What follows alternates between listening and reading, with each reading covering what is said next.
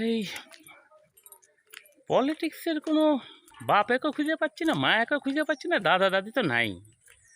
পলিটিক্সটা আসলে কীভাবে চলিচ্ছে কিছুই বুঝছি না। ধরেন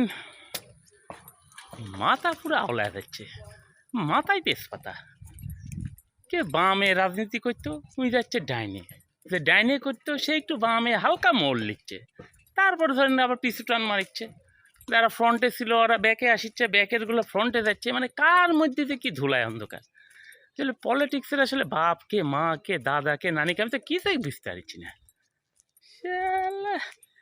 কি দিনকাল। আর আসলে রাজনীতিটা কি, আর বাম কোনটি যাচ্ছে, ডান কোনটি যাচ্ছে, ফ্রন্টে কে যাচ্ছে, ব্যাকে কে আসিচ্ছে, কখন কি হচ্ছে, সময় কখন বদলাচ্ছে তো কিছুই বুঝতে পারছি না।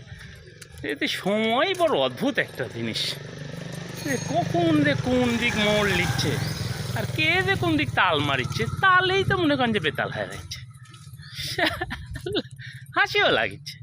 মানে সুরই সেন্স। যে রবীন্দ্রনাথ গাইতো সে এখন নজরুল গাইছে, যে নজরুল গাইতো সে এখন ব্যান্ড গাইছে, যে ব্যান্ড গাইতো সে আধুনিক গাইছে। মানে ধুলায় অন্ধকার। শালা দুনিয়া খেল আর কত দেখবো, দেখতেই থাকি।